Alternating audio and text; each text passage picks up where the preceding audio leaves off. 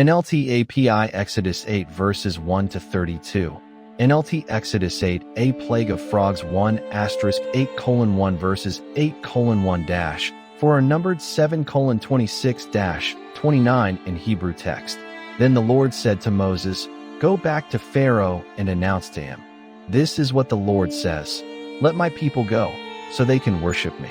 2 If you refuse to let them go, I will send a plague of frogs across your entire land. 3 The Nile River will swarm with frogs. They will come up out of the river and into your palace, even into your bedroom and onto your bed. They will enter the houses of your officials and your people.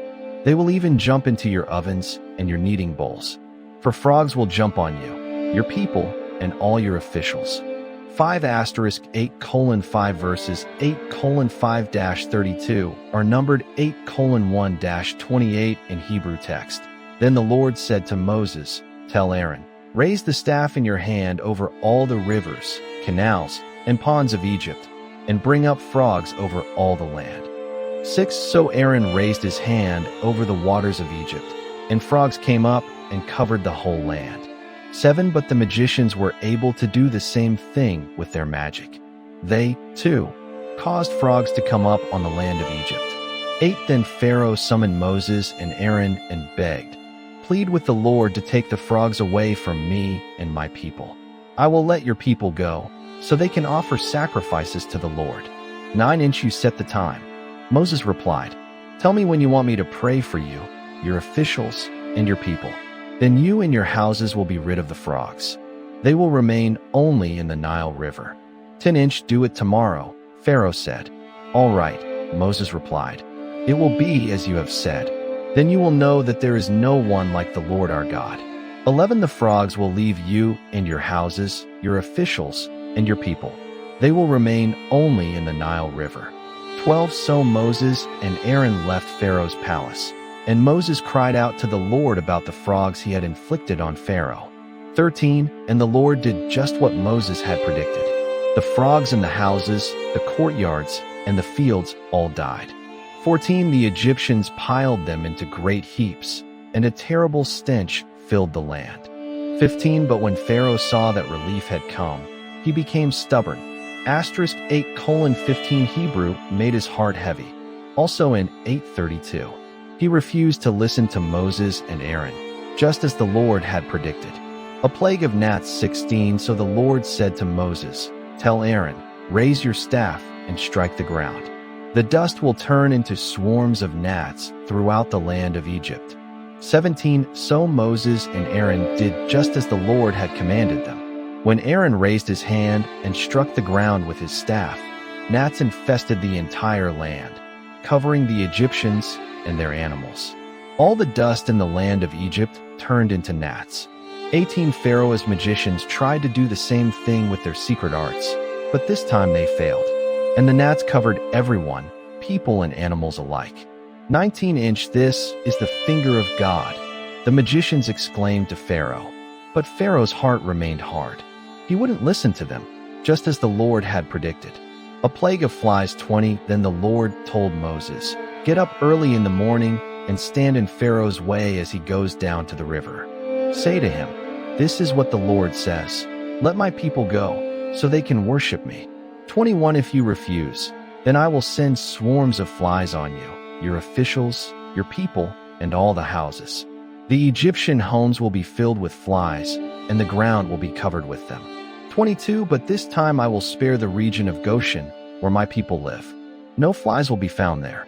Then you will know that I am the Lord, and that I am present even in the heart of your land. 23 I will make a clear distinction between *8:23, as in Greek and Latin versions. Hebrew reads, "I will set redemption between my people and your people. This miraculous sign will happen tomorrow." 24 And the Lord did just as he had said. A thick swarm of flies filled Pharaoh's palace and the houses of his officials. The whole land of Egypt was thrown into chaos by the flies. 25 Pharaoh called for Moses and Aaron. "All right, go ahead and offer sacrifices to your God," he said, "but do it here in this land." 26 But Moses replied, "That wouldn't be right. The Egyptians detest the sacrifices that we offer to the Lord our God. Look, if we offer our sacrifices here where the Egyptians can see us, they will stone us. 27. We must take a 3-day trip into the wilderness to offer sacrifices to the Lord our God, just as he has commanded us. 28. All right, go ahead, Pharaoh replied. I will let you go into the wilderness to offer sacrifices to the Lord your God, but don't go too far away. Now hurry and pray for me. 29. Moses answered, As soon as I leave you, I will pray to the Lord, and tomorrow the swarms of flies will disappear from you and your officials and all your people. But I am warning you, Pharaoh, don't lie to us again and refuse to let the people go to sacrifice to the Lord. 30. So Moses left Pharaoh's palace and pleaded with the Lord to remove all the flies. 31. And the Lord did as Moses asked and caused the swarms of flies to disappear from Pharaoh, his officials, and his people. Not a single fly remained. 32. But Pharaoh again became stubborn and refused to let the people go. NLT API Exodus 9 verses 1 to 35. NLT Exodus 9. A plague against livestock, 1 inch. Go back to Pharaoh. The Lord commanded Moses. Tell him, this is what the Lord, the God of the Hebrews, says. Let my people go, so they can worship me. 2. If you continue to hold them and refuse to let them go, 3. The hand of the Lord will strike all your livestock, your horses, donkeys, camels, cattle, sheep, and goats, with a deadly plague. But the Lord will again make a distinction between the livestock of the Israelites and that of the Egyptians. Not a single one of Israel's animals will die. 5. The Lord has already set the time for the plague to begin. He has declared that he will strike the land tomorrow. 6. And the Lord did just as he had said. The next morning, all the livestock of the Egyptians died, but the Israelites didn't lose a single animal. 7. Pharaoh sent his officials to investigate, and they discovered that the Israelites had not lost a single animal. But even so, Pharaoh's heart remained stubborn, *9:7 Hebrew heavy, and he still refused to let the people go.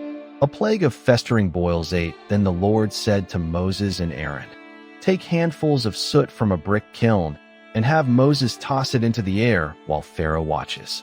9. The ashes will spread like fine dust over the whole land of Egypt, causing festering boils to break out on people and animals throughout the land. 10. So they took soot from a brick kiln and went and stood before Pharaoh. As Pharaoh watched, Moses threw the soot into the air, and boils broke out on people and animals alike. 11. Even the magicians were unable to stand before Moses, because the boils had broken out on them and all the Egyptians. 12. But the Lord hardened Pharaoh's heart, and just as the Lord had predicted to Moses, Pharaoh refused to listen.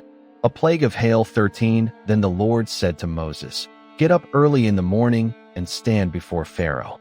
Tell him, This is what the Lord, the God of the Hebrews, says. Let my people go, so they can worship me. 14. If you don't, I will send more plagues on you, *9:14 Hebrew on your heart, and your officials and your people. Then you will know that there is no one like me in all the earth.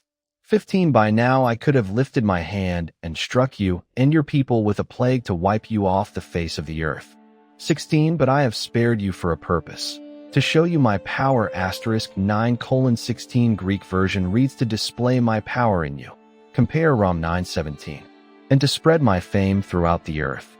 17. But you still lord it over my people and refuse to let them go. 18. So tomorrow at this time I will send a hailstorm more devastating than any in all the history of Egypt. 19. Quick, order your livestock and servants to come in from the fields to find shelter. Any person or animal left outside will die when the hail falls. 20. Some of Pharaoh's officials were afraid because of what the Lord had said. They quickly brought their servants and livestock in from the fields. 21. But those who paid no attention to the word of the Lord left theirs out in the open. 22. Then the Lord said to Moses, Lift your hand toward the sky, so hail may fall on the people, the livestock, and all the plants throughout the land of Egypt.